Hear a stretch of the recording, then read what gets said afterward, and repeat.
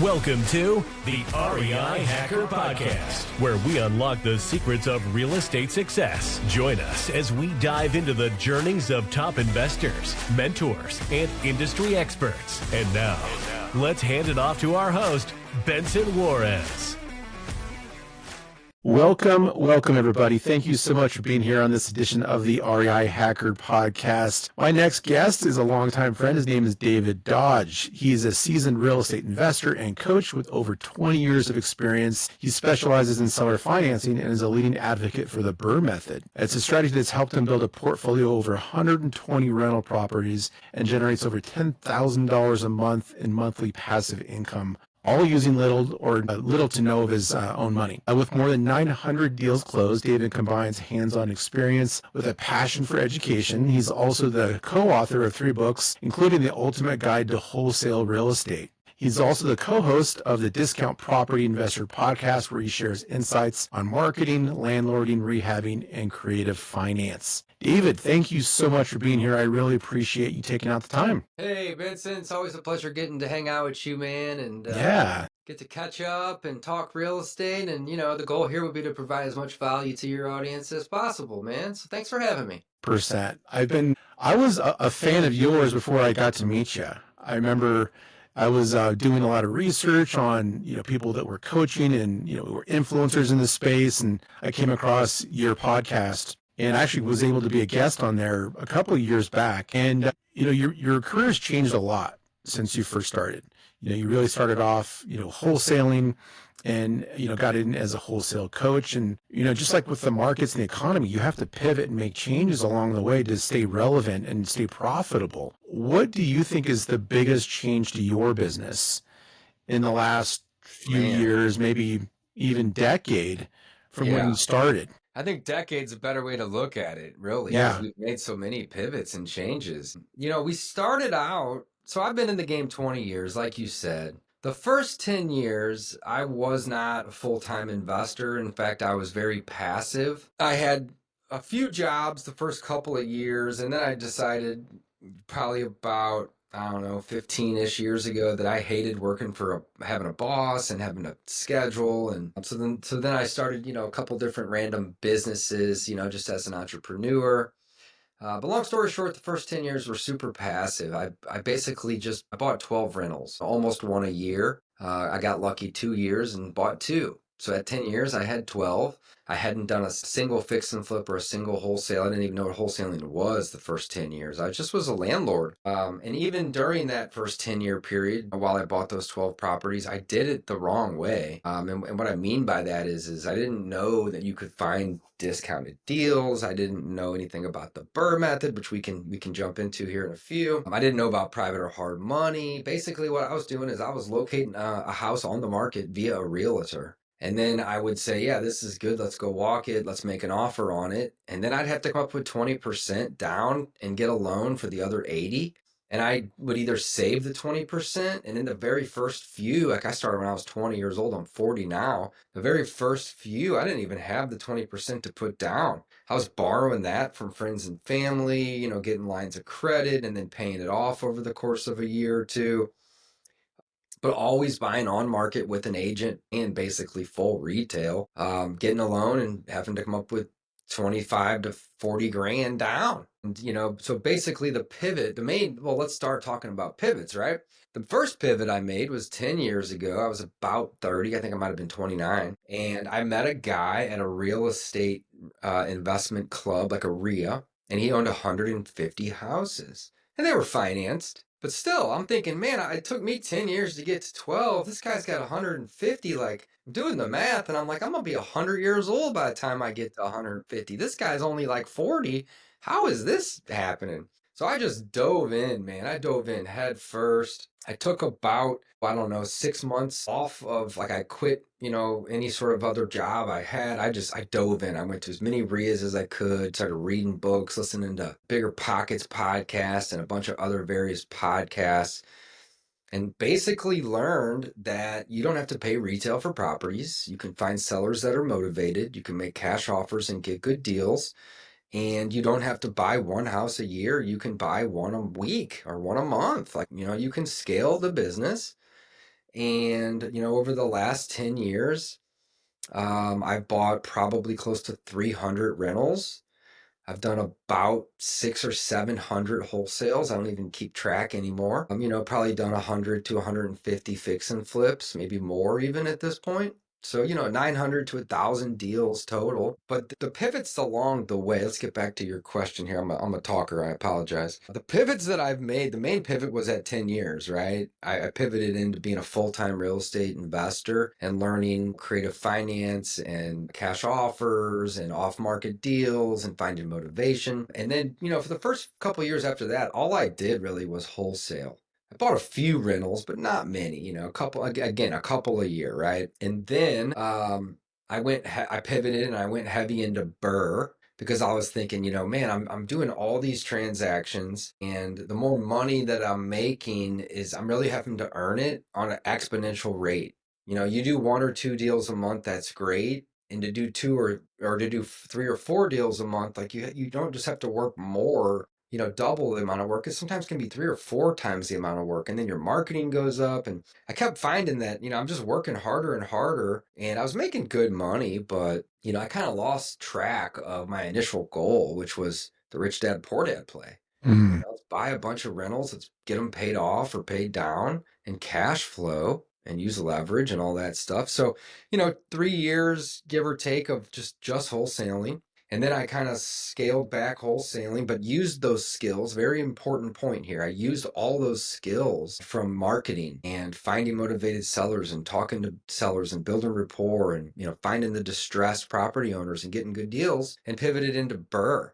And then I did primarily BRRRR for probably another 3 or 4 years. And I got up to 100 rentals. And I was like, this is awesome. I was, loving it, still doing a few wholesales here and there. And then I kind of started pivoting in a little bit into fix and flips just because I enjoyed it. And I did that primarily for a year or two. And then, ended up selling off some of those rentals and just kind of rebalancing the portfolio. And then I made another pivot. So this is the last pivot that I'll talk about here. But, about a year ago, give or take, I came across some investors that had been actually, and you might know a few of these guys, but they had been in my ear for years about how I was working too hard, and that, rentals are a great game, but they're so incredibly slow. And they weren't wrong. They were right. And they kept telling me, you need to get into seller financing. You got all the skills and the experience and the tools and the resources to do this. Why are you still renting properties? So about a year ago, I kind of had another turning point, and I was like, I'm going to give it a try. And I've done almost 20 of them in the past year. And it's really similar to rentals. I'm still buying houses direct to seller, even from wholesalers, and I'm sometimes fixing them up. Sometimes I'm not at all. But then instead of renting them out, I'm just selling them, with seller financing. So I love seller financing, more so on the disposition. I'll do some acquisition seller financing, but I'm not a huge fan of the seller financing on the acquiring side of the business. But on the disposition side, I'll sell the houses to mostly people that want to buy them and live in them. They're tired of renting. But occasionally I'll sell a deal to an investor, and I'll give them a 30-year loan. And they may or may not need all 30 years. If they're going to flip it, that's fine. But, if they aren't bankable and don't have the best credit, they can buy it from me, and I won't pull their credit, and I'll offer them a 30-year loan, and small down payments, usually 3 to 5 grand, but sometimes it can be 10 or 20. And then I'll carry the note on the property, and the deed actually still stays in my name the way that I'm doing mine. I'm just selling them on contracts for deeds, and I'm using Contract for deed.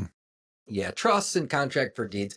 But because I am using private and hard money to acquire and then sometimes refinancing into a bank loan, it complicates things whenever you try to sell it when you still have a mortgage. So what I do is I just sell it on a contract for deed, or I put it in a trust and I make them the beneficiary of the trust. I still have underlying debt. The deed stays in my name, but they have equitable interest on paper to own it. And at any time they can pay me off. They can go get a new loan and refinance it. It's not really a true refinance, but it kind of is, or they can sell it and ultimately pay me off.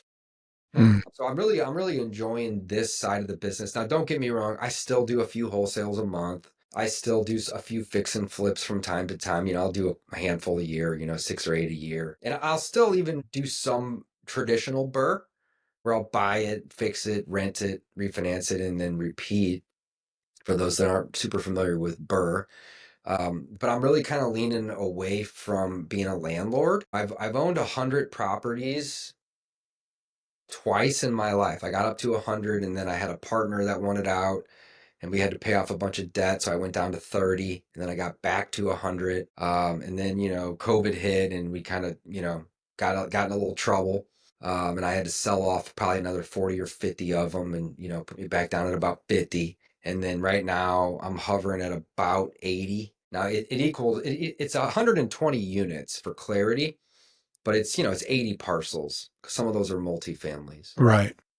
So we're at about 80 right now. Roughly 20 of those 80 are seller finance deals where I own them. I'm on the deed. I got, long-term financing in place, but I've sold them on a contract for deed or via a trust. And then I have, about 60 properties that are traditional rentals. But the funny thing is, Benson, and I'll shut up after I finish this next sentence here, I promise, is even the rentals that I do have, as they turn over, I'm not really opting to re-rent them. I'm just selling them on terms. So the goal would be to have, 200 or 300 rentals. However, they're not really rentals. They're just, I'd have 200 or 300. The goal would be 200 or 300 properties that I own, but I'm the lender on them.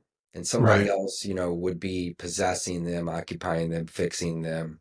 So yeah, that's kind of where I'm at this point. Let's compare those two methods, those two strategies. So you've got rental property, which is all about cash flow. And then there's selling it on seller financing, either a contract for deed or through a trust, which is also cash flow. So if you have the same property and you sold them, one you kept as a rental, let's just say it's the exact same property, same neighborhood, everything. And the other one you sold, what's the difference in the amount of cash flow you can have from a rental to a seller? Number one. And then the other benefit, and you mentioned earlier when we were just chatting, is that there's less maintenance for you. So there's less sort of like a resource input into a house that you sell because they're responsible for maintaining it. Let's compare the pros and cons of these two strategies. Yeah, and there's obviously pros and cons to each strategy, but the reason that I've pivoted into the seller finance on the disposition over the last year is because there are so many more pros than cons with that strategy. So there's obviously pros and cons with both. Like I'm going to be very clear about that, of course. And that's why I had a bunch of investor friends, mostly older than me, that were like, hey, and they told me probably 6-7 years ago, hey, you should consider changing your strategy. And, I just was like, I was locked in my ways and thought that, my model was going well, and it was, but it's better now. So why do I like this strategy more? Well, first and foremost, before I jump into that, I want to just talk about one thing. How do I have, 80 properties and I'm only really cash flowing, maybe 10, 12 grand a month? And the reason is because I'm a realist. And, on a good month, we might even cash flow 20, 22. But it's not real cash flow until you look at the year, like the year picture. And the reason is you have a turnover on a property. Let's say you have a property that brings in 300 a month, right? That's $3,600 at the end of the year. But if that property turns over and it needs 7 grand in repairs, did you cash flow 3,600? No. Did you cash flow 300 a month? On the monthly picture, maybe, but at the end of the year, you're in the red on that property. So, 80 properties is realistically at the end of the year bringing in 100,000. But not 200,000 or 300,000 because you have maintenance, you have turn costs, you have vacancies, you have property management. And you got to look at these properties on a longer term than just monthly. Some months we won't have any cash flow or very little, and others it's 20. But because you have to factor in all these things, right? Property management, maintenance, vacancies, and then the cost to turn a property. And COVID, maybe 2 or 3 grand to turn a property is now 6 or 8. When you say turn, just to be clear for the audience, that's when one renter moves out, another one moves in. Exactly. So labor, materials, just doing paint and carpet in a house is going to be $4,000 nowadays. And, and I can't typically charge 6 or 8 grand in a deposit on a property that rents for $1,200 to $1,500 a month. It's just You can't do that. Nobody has it. And the law is legally, at least in the state of Missouri, you're only allowed to charge 1.5x the rent on a deposit. So I wanted to preference with that. So what you see on paper isn't necessarily, it's rarely, let's be realistic, it's rarely what you get to keep at the end of the year, right? So the main pro for seller financing is I don't have as much repairs and I don't have any maintenance. And if I do have maintenance, I bill it all back to them because I'm not the landlord. I'm kind of the lender slash, owner that has sold it to them, right? So I've essentially eliminated most of my upfront rehab, not all, but most, and almost all of my maintenance. All right. Another great piece is that I don't have any leasing fees and I don't have any property management. Reason is it's either they pay me or they don't. And if they don't, then I evict them. And in some cases I'll have to foreclose, but most of the time it's just simple eviction. And then I'll resell it again. So I do my own selling of these properties. I don't have to pay a property manager a leasing fee. But then also, instead of collecting a deposit that's obviously refundable, and oftentimes it's not even enough to do the turn, I'm collecting $3, $5, maybe even $10,000 down payment, which is non-refundable, on the sale of that house. So it has helped increase true cash flow by cutting the cost of property management, leasing, maintenance, upfront rehabs, and turns. Now, I still have people that leave, give the property back, or don't pay and have to be evicted. So there can be the vacancy expense still. However, when I go to resell it again, I'm not doing the repairs and I'm going and collecting another $3,000 to $5,000 down. Whereas before, is that typically a percentage, or are you just picking a number? I'm just kind of picking a number. $150,000 house that's rent ready, I might ask 10 or 15. 50 or 80K house, I might only ask 5, and I'll even buy houses for 30 or 40 grand. I probably got 10 houses right now they're really only, I paid maybe 30 or 40. Their ARVs are 70 or 80. But on those, cheaper ones, the lower end homes, I might only ask for 3,000 down, 2,500 down. So that down payment offsets any rehab that I have to do. It offsets the vacancy that I'll have for usually 2 to 4 weeks on that property. And then I also, with a rental, I don't bill back taxes, insurance, sewer. You just have to bake it into your rents. But with the seller financing, I get to bill them back taxes, insurance, sewer, sometimes trash. And I'm charging them an interest rate on the total loan amount. On a rental, there is no interest. It's just a flat fee. Maybe you can raise your rents every year or two. Great. We do that too. But I'm not making any interest. So those are the main advantages of the seller finance deal. The disadvantages are they're a little bit more difficult to sell because you have to honor that agreement that you have in place. And when I mean sell, I mean liquidate, not just sell to a seller finance buyer. If I wanted to literally get them off of my portfolio, I need to find somebody that's willing to honor that agreement for the most part, or pay off my loan, create a note and a mortgage, and then I could sell them that way too. So, there's obviously ways to do it. There's some workarounds with it, but that's really the only disadvantage that I've kind of encountered thus far. Right. For the most part. So what about, some of the benefits of a rental property? Well, there's things that people always look at, right? They look at obviously cash flow and look at appreciation, right? And then they look at depreciation on your taxes. I'm sorry? And then you also get the depreciation. That's what I'm getting to the next one. So the depreciation on a rental property, right? So you can deduct more. And then mortgage pay down, right? So those are the four main sort of pillars of revenue with a rental property. You're losing out on the appreciation, aren't you? And also the depreciation because it's no longer your asset. If they pay you off or they go the distance. If they live there for 5 years and then they can't afford it anymore and they just sign a mutual release and hand you the keys back, then you could get the appreciation because then you get to resell it. You get a new down. Right.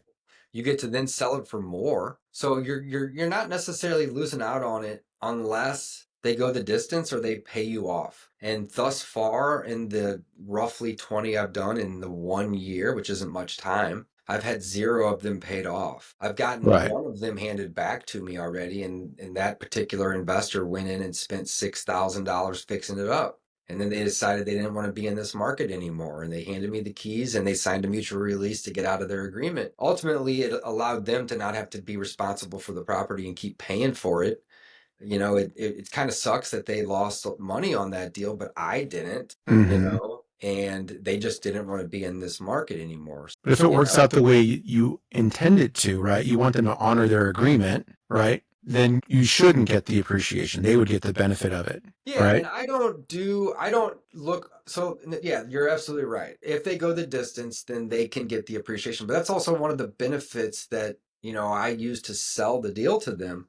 Yeah. Is, hey, if I sell this deal to you for $100K and you hold it for 7 to 10 years and it's all of a sudden worth 100 and you want to sell it later, you just got to pay me the 93 grand you owe me, because they're not going to be paying it down much over 7 years on a 30-year loan. They'll owe me 93 grand and then they can walk with 35 to 40 grand after all their expenses. Because you still amortize it like a normal loan, right? You front load it with interest. 30-year amortization. And most of my interest rates are 9, 10, 11%. Yeah, that was something I was going to ask you earlier. High, but they're higher than a bank. Yeah, they're not bankable. That's part of the risk. And I'm not doing 14 or 16%. I know there's people out there that are doing that. I'm not trying to be aggressive or, get caught up in a usury case in court or something along those lines. But both parties agree to it. We don't do a credit check. It's on a first come, first served basis. I don't hold properties for anybody. I need the full down payment in order to sign the paperwork. And then at that point, they get the keys and they're responsible for repairs, occupancy, and then making the monthly payments. So on average, why not do a credit check? Like they're not bankable, right? But there might be something in there that you would be like, man, I know that these people are in a bad situation, but I'm not going to sell them this house. Like maybe they've got a tax lien or they've got some other thing on their credit that would be like a huge red flag that there's no way they're going to be able to buy this house from you over time. Like maybe they can give you the down payment. There's a couple reasons. Number one, I'm not using a residential loan mortgage, originator. And in order to avoid, the law, one of the ways that you can do that is just offer no credit checks. So, people get in trouble and they make bad decisions, but that doesn't mean they're bad people. And really the main way that we screen is, do you have the 5K, let's just call it that, for a down payment? And if they have the 5K, then that's typically enough for me to know that they can make an $800 or $900 or $1,000 or whatever a payment a month. And it's also on them to fix that up. So, there's always going to be pros and cons, and there's nothing in life that's riskless. I've yet to find something in life, right, that has zero risk. So I don't want to deal with mortgage loan, originators. I don't want to, and I'm not really setting up a mortgage anyway. I'm the lender, but the deed's in my name and they have a contract for the deed. Sometimes people use a trust as well, but we're not actually creating a note that's recorded anywhere. That note is just in their file cabinet and in mine, and I'll of course honor it. I have no reason not to. I've never been sued in 20 years, and I don't plan to ever be sued. I'm a stand-up guy and, live by my word. And ultimately, I want to allow people to live in a home and own a home that's theirs and not be the renter. So you had mentioned the appreciation. I might miss out on the appreciation. I might not. One thing I do miss out on is the depreciation, because I am not renting these, I'm selling them. The way that we file our taxes is, we collect a payment and a portion of that goes to principal pay down and a portion of that goes to interest. And then I send them a 1098, I believe it is, at the end of the year. And they can then write off that interest expense on their taxes if they want. And then on my end, I look at the principal pay down as, debt payback. And then the interest expense is then taxable, or the interest income in my case is taxable. So it does allow me to change the way in which I am being taxed on my money, because it's more of a passive approach. They're both passive by all means, but it's an interest income versus rental income. So it does create a little bit more accounting, but it's just clear. It's just kind of cleaner in my eyes. And I don't want to create those mortgages and, have them, be on the deed, because it will then require me to foreclose. And, in the state of Missouri, at least what I have learned from my attorneys, is that if they have less than 20% equity in the property, then you don't have to foreclose. You can just evict them. And, my goal is never to do either, ever. But obviously I can't have people living in a property that I have a debt on, underlying debt on. and they're not paying me. So the one that I've had an issue with, literally only one, the guy just said, hey, I don't want anything from you. I just don't want to keep paying you. Here's the keys. And I was like, all right, that's a bummer for you, but you're a grown up. You're an adult. You know what you got into. I will not come after you for what you owe me and evict you or foreclose or any of those things. I will end our agreement. Let's get a mutual release signed and notarized, and we'll both move on. And then I turned around and resold it 2 weeks later, got another investor that wanted it, and he's fixed it up and he's got it rented now. And he's happy. So, people are going to, ideally they're going to make these deals work for them. And I choose, or I shouldn't say choose, I like it better when I'm selling to somebody that plans to live in it. I'm not going to not sell it to an investor, but I'm going to make them aware of all of their responsibilities and all of the risks that they are going to have. And then the last piece here is I'm not selling a deal with seller financing with no credit checks at a discount. I'm selling it at the full retail price. So I might buy a house for 40 or 50 grand. And, I live in Missouri. I'm in the Midwest, St. Louis, Missouri. So, there's a lot of deals out there for 40 or 50 grand. You might not find that in California or New York, but in Missouri, there's a lot of those. But I'll turn around and I'll sell it to them for 70 or 80 or 90. So not only am I collecting the principal, but I'm also getting the interest. So let's say I buy a house for, let's do simple math, for 50, and I sell it for 100, right? That's very simple math. My bank loan might be 7.5%, and I'll charge them 10. So I'm making a few points on the arbitrage of that first 50 grand. Not anything great, nothing to write home about, but on that second 50 grand, I'm getting 10% interest on it. And I'm essentially getting 10% interest on a $1,000 CD, kind of. Mm-hmm. I never even had to save the 50 grand to go deposit into the bank. So the ultimate goal is to have like 20 or $30 million of money that you created out of thin air that you're collecting, 9 or 10% interest on. Yeah, talk about making money with someone else's money. I mean, this is even a step up. Earlier you were saying wholesale 2.0. This is like, it's almost like what the government does, right? Like printing money. It's exactly what banks do. Yeah. And it's exactly what the government does too. I mean, they're just making money out of thin air and then charging an interest rate on it. And we're doing the same thing. So our goal with our properties is to pay them off in 5 to 7 when they're under like 75 grand. And if they're over 75 grand, then it might be 7, 10, 12 years. But regardless, the goal is roughly pay them off in 10 and collect on them for 30. And with your traditional rental, you're not going to be able to do that. Your traditional rental is going to be amortized over 20 to 30 years, right? I don't want to wait 20 or 30 years to pay a house off. I want to do it in 5 to 7 in some cases. Right. Then your, $100, $200, maybe $300 a month in cash flow turns into $800 a month in cash flow because you don't have any underlying debt on the income that you're getting from them. So if you really want to speed it, if your game is cash flow and your game is to increase your cash flow, exponentially in a short amount of time, this is the strategy. Yeah. At least in my eyes. Now, there could be people out there that say, Dave's crazy. I don't want to do that. And that's fine. I'm not here to try to convince anybody to do what I'm doing. I'm just here to tell you all what I have learned and found over the years and what seems to work. And you had mentioned earlier, the economies change, circumstances change, and there's often times and needs for pivots. Yeah. And I've made several of them. And at this point, I'll still do some fix and flips and I'll still wholesale the deals that I don't want to keep. But my main strategy is buying them and selling them because it's still kind of like a rental, right? But at the end of the day, I can pay these things off rapidly. I can get an interest rate. I can sometimes take advantage of the appreciation, sometimes not. I lose the depreciation, but I'm really, at the end of the day, the main advantage is I'm cutting my operating expenses down by like 75%. No property management, little to no maintenance. I'm not having to pay for turn costs. And I'm not having to rehab them prior to renting or selling them on the beginning of it. So it also kind of speeds up the process from acquiring to dispoing, regardless of what that dispo might be, because I'm not having to go do 20, 30, 40K in renovations and then send it over to the property manager to lease. Oftentimes we'll just sell these properties as is, and it'll be like a handyman or woman that buys it, or somebody that is okay living in a dated property and they want to fix it up over the course of a couple of years. And that's fine with Yeah.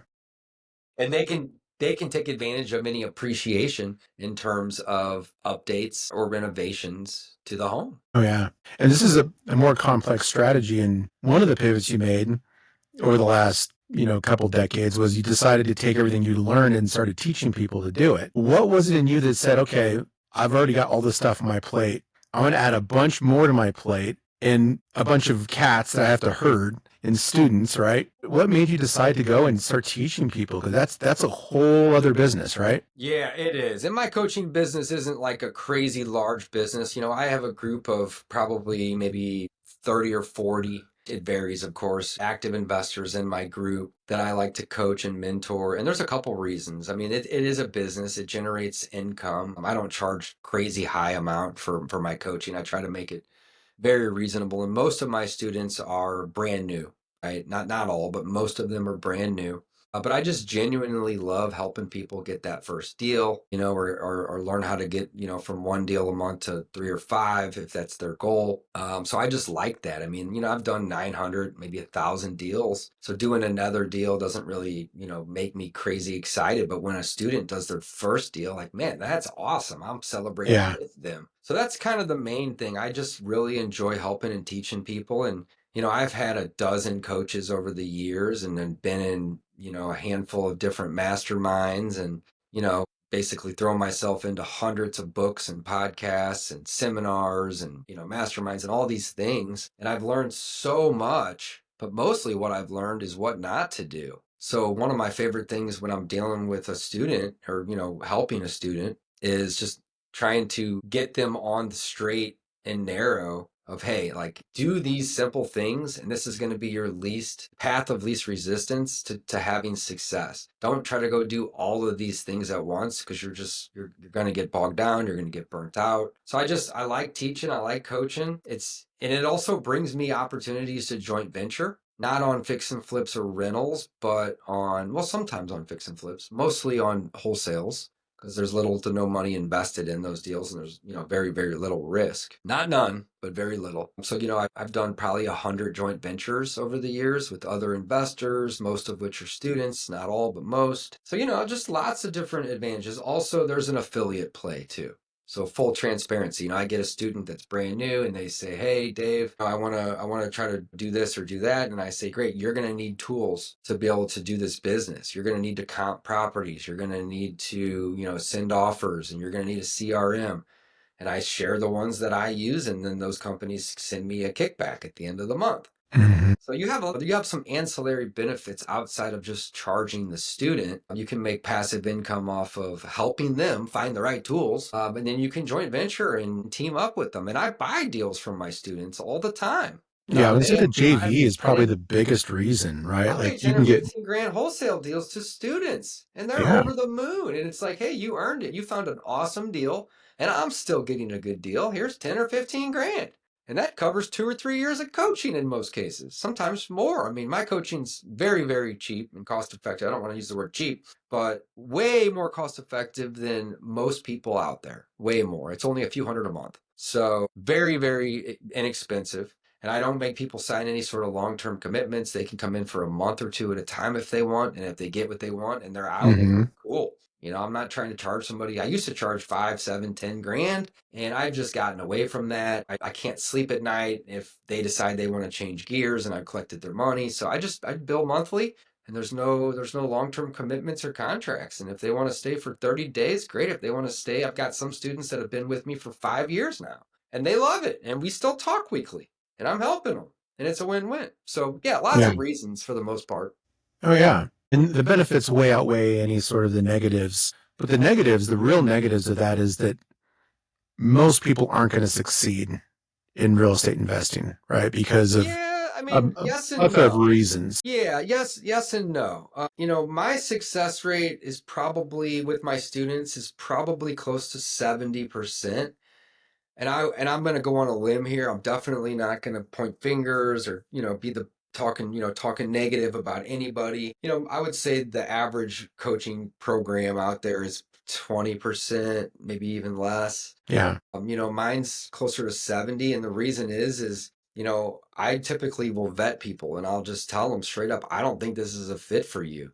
If you want to try it out for a month and come spend a couple $100, like that's fine, because you're not going to feel that bad about investing that and not getting value out of it. But again, that's kind of why I got away from, the $7,000 to $10,000 down, because some people just don't have what it takes, or they're not willing and interested to do those activities. And that's okay. I've spent probably 80 to 100 grand on different coaching programs over the years that I didn't follow through. And it wasn't the coach's fault. It was that I lost interest or was too busy or decided after 2 months that I didn't want to do that anymore. Right. And it happens, but most people that come to me, I can basically simplify it enough where I'm like, hey, you need to do 2 or 3 things. Don't do 10, don't do 20. Don't worry about your website right now. Just, start getting in front of sellers, make friends, run some appointments, and make them an offer. And you might have to do that 20 or 30 times before you come across a deal, especially if you're new, because you got a lot to learn. Mm-hmm. But, most of my students that are 6 months in or longer, they might only need to go run 4, 6, 7 appointments to get a deal. They don't need to run 30 or 40 appointments to get a deal. But in the beginning, you might, because you need to learn, Well, they have to get their mindset right. Right. Like you're big on mindset. Yeah, I've heard you say before that, fear is just a mindset, but success is also just a mindset, and they can choose one or the other. But that's where the coaching becomes so valuable, is you can help mold them and push them in the right direction and give them the support that they need, and where they're not getting it from their real lives, right? They're not going to get it from their wife or their husband or their whoever they're hanging around with, right? Those mindset things are they're very impressionable. Yeah, and I don't dislike the word coach, but I kind of align myself more with mentor than coach. Yeah. Because, a coach is going to say, hey, go do this, this, and this, and report back, right? The coach isn't typically on the field playing ball. They're running the show, right? Well, whereas a mentor, I'll jump on the phone with the seller for a student and make the offer for them. And I'll break the ice and I'll show them, hey, did that hurt you? It didn't hurt me. And they'll say, yeah, if Dave can do this 2 or 3 times in an hour, then I can leave here and I can go do this 100 more times. And oftentimes that's the little push that, people need is, I'm more of a mentor / partner to my students than I am just, hey, do this, report back, because they might not know exactly how to do it or what to do it, but I'll show them. Here's how I pull my list. Here's how I send my direct mail. Here's how I set my appointments. You need to make an offer to somebody you're scared? Cool. Give me their number. I'll call them up and make an offer on 3-way. I'll be your partner today. And they'll say, I love it. Come meet me. Or they'll say, you're crazy. And they'll hang up and we move on. Right. But if you just are told to do that and you don't know what to say or how to act, you may never get started.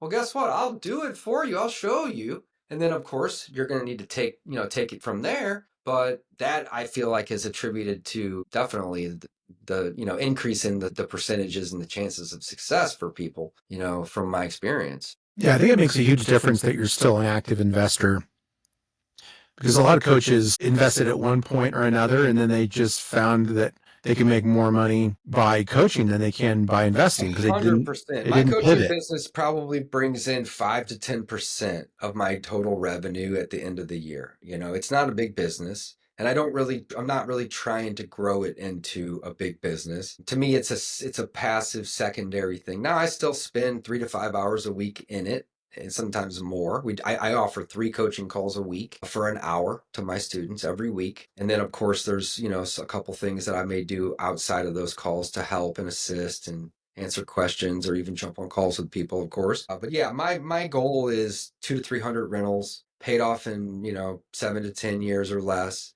that I've sold on 30-year notes. And then, of course, wholesale and fix and flip is a passive thing that I still do too. But yeah, I agree. A lot of people, they learn that coaching can be lucrative if scaled properly. And then they make that 80, 90% of their business. They quit doing the actual business, and I don't necessarily want to say that those people are hypocrites, but when you're not in the business doing it anymore, you're going to lose, you're going to lose your edge. I'm out running 2 or 3 appointments a week minimum, sometimes 10. Yeah. Oh, and talking to sellers on the phone for 2 to 3 hours a day, most days. And, looking at projects, showing properties that I'm selling. I'm also a licensed agent and I'll help friends and family and acquaintances. I don't really market myself as an agent to the public, but, I'll help friends and family with that and joint venture with students and buy deals from wholesalers. And, we'll buy a few deals on market a year, but it's low. It's 10% or less. Most of what we buy is direct to seller. Yeah, I don't think it's any coincidence, too, that if we were to correlate,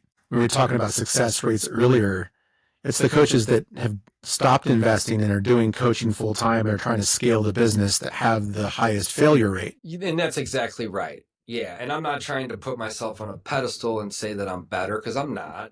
But the success rate's very important to me. Mm-hmm. If somebody comes in and they're paying me and I don't see them for 2 months, I'm going to call them and say, hey, I'm going to quit billing you.